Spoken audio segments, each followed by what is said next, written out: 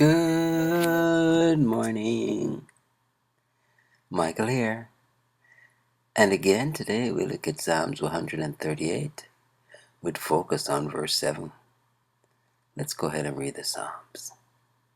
I will praise thee with my whole heart. Before the gods will I sing praise unto thee. I will worship towards thy holy temple and praise thy name for thy loving kindness and for thy truth. For thou hast magnified thy word above all thy name. In the day when I cried, thou answeredst me, and strengthenest me with strength in my soul. All the kings of the earth shall praise thee, O Lord, when they hear the words of thy mouth. Yea, they shall sing in the ways of the Lord, for great is the glory of the Lord. Though the Lord be high, yet hath he respect unto the lowly, but the proud he knoweth afar off. Verse 7. Though I walk in the midst of trouble, thou wilt revive me. Thou shalt stretch forth thine hand against the wrath of mine enemies, and thy right hand shall save me. The Lord will perfect that which concerneth me. Thy mercy, O Lord, endureth forever.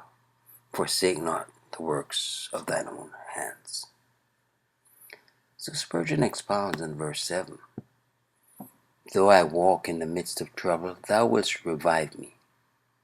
If I am walking there now, or shall be doing so in years to come, I have no cause for fear, for God is with me, and will give me new life. When we are somewhat in trouble, it is bad enough, but it is worse to penetrate into the center of that dark continent and traverse its midst. Yet in such a case the believer makes progress, for he keeps to a quiet pace, for he does no more than walk, and he is not without the best of company, for his God is near to pour fresh life into him. It is a happy circumstance that, if God be away at any other time, yet he is pledged to be with us in trying hours. When thou passest through the rivers, I will be with thee. He is in a blessed condition who can confidently use the language of David. Thou wilt revive me. He shall not make his boast of God in vain.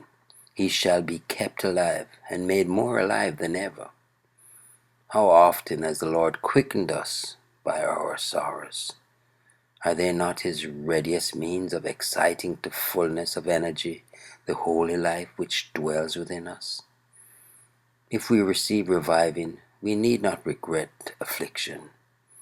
When God revives us, trouble will never harm us. Thou shalt stretch forth thine hand against the wrath of mine enemies, and thy right hand shall save me. This is the fact which would revive faith in David. Our foes fall when the Lord comes to deal with them. He makes short work of the enemies of his people. With one hand he routs them. His wrath soon quenches their wrath. His hand stays their hand.